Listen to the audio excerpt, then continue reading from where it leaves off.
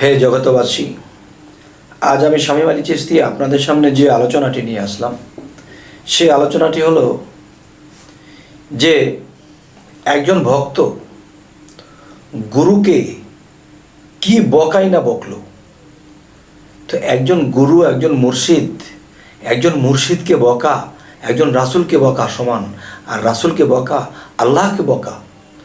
তাহলে একজন ভক্ত একজন গুরুকে যে বকলো, আসলে লিগেল বকাই বকলো।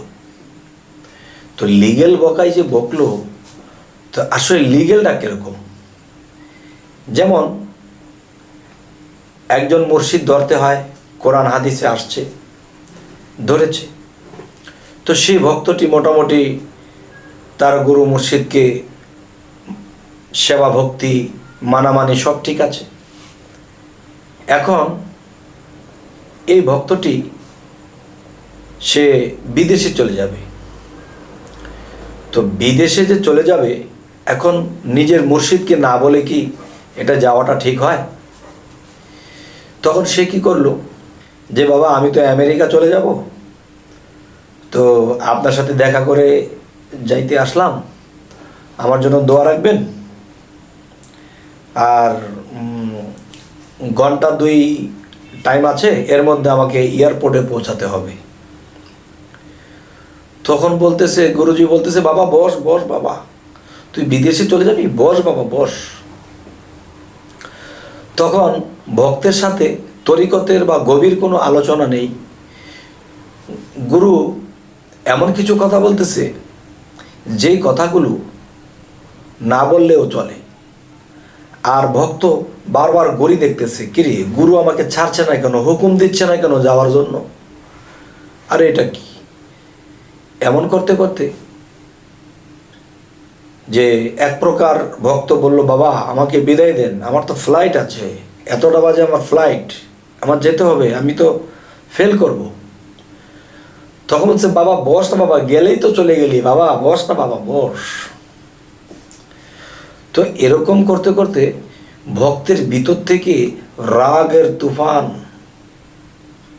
গুরুর দিকে এমন করে চাচ্ছে, গুরু এ কি কাজ করছে, আমি বিদায় নিতে আসছি, আমাকে বিদায় না দিয়ে আমাকে বলো বাবায় বসো, এটা খাও সেটা খাও, এই কতদিন আগের পুরনো কথা এগুলো তুলে ধরছে।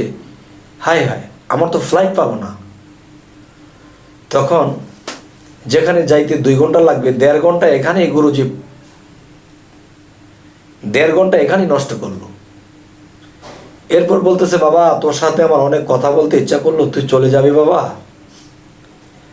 আচ্ছা বাবা যা যা। তখন সেই গাড়িটা নিয়ে খুব স্পিডে যাইতে শুরু করলো। স্পিডে যখন যাইতে শুরু করলো, তখন এয়ারপোর্টের ভিতরে ঢুকে দেখতেছে যে ফ্লাইটে সে যাবে, সে প্লেনটি ছেড়ে দিয়েছে। তখন এয়ারপোর্টের নিচে নেমে তার যে লাগেজ ফিক্কা মেরে ফেলে দিয়েছে, যে আজকে আমার কত বড় ক্ষতি করলো আমার গুরু হয়ে, যাকে এত বিশ্বাস করি, যাতে এত ভালোবাসি, সে আমাকে কি ক্ষতি করলো। তখন কি হলো, তখন বলতে লাগলো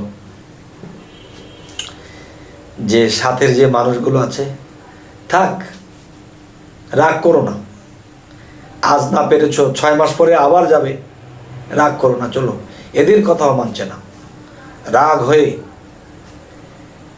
পীরের বাড়িতে আর কোনোদিন যাবে না, এমন একটা ভাবের সৃষ্টি হয়েছে। তখন বাড়িতে গিয়ে ব্যাগটাকে ঘরের মধ্যে ফিক্কা মেরে ফেলেছে। তখন সে রাগান্বিত অবস্থায় ঘুমিয়ে পড়েছে। ঘুম ভেঙেছে সন্ধ্যার পরে। তখন তার ঘরের মধ্যে টেলিভিশন চলতেছে, এই টিভির দিকে তাকিয়ে দেখতেছে, আজকে 2টা বাজে যে ফ্লাইটটি ছেড়ে গেছে, এই প্লেনটি ব্রাস্ট হয়ে সাগরে পড়ে গেছে। তখন বলতেছে, হায়, আজকে যদি আমার গুরু আমাকে না ঠেকাইতো, আমাকে যাইতে দিত, তাহলে আজকে সেই ফ্লাইটের মধ্যে তো আমিও ছিলাম, আজকে তো আমি থাকতাম না, এই সর্ব অঙ্গ দেহটা নিয়ে যেত, আজকে আমি থাকতাম না। হায় হায়, হায় হায় কি করেছি। তখন সে দৌড় পাড়তে সেই তার মুর্শিদের বাড়িতে চলে গেছে। চলে গিয়ে বলতেছে যে বাবা, ও বাবা, আমায় ক্ষমা করে দেন বাবা, আপনাকে কতই না বকেছি, আর আপনি যে কেন আমাকে যেতে নিষেধ করেছেন, আর কেন যে আমার সময়টা নষ্ট করেছেন, আমি এখন বুঝতে পারছি। এই জান প্রাণ যা কিছু আছে আমি আপনাকে সবই দিয়ে দিলাম। আমার বলতে আর আমি নেই। আমি কিসের বিদেশে যাব? বিদেশে যাব টাকার জন্যে? আরে আসল ধন তো আমার বাংলাদেশে, আমার মুর্শিদ। সে কি করে জানলো যে সে প্লেন বাস্ট হবে? তিনি আমাকে যাইতে দিল না, তিনি আমাকে আটকালো, তিনি আমাকে সময় নষ্ট করে দিল। কেন করে দিল? এই জন্য মানুষ বুঝুক না বুঝুক একটা কথা বলে থাকে যে আল্লাহ যা করে তা ভালোর জন্য করে। কেন বাবা এই কথাটা বলা যায় না? পীর মুর্শিদ খোদা না করিও জুদা, এক সুতায় বাঁধা। আমার মুর্শিদ যা করে তা ভালোর জন্য করে, এই কথাটা বলা যায় না? যাই হোক, এরকম জ্ঞান, এরকম ধ্যান, এরকম ধারণা আমাদের রাখতে হবে।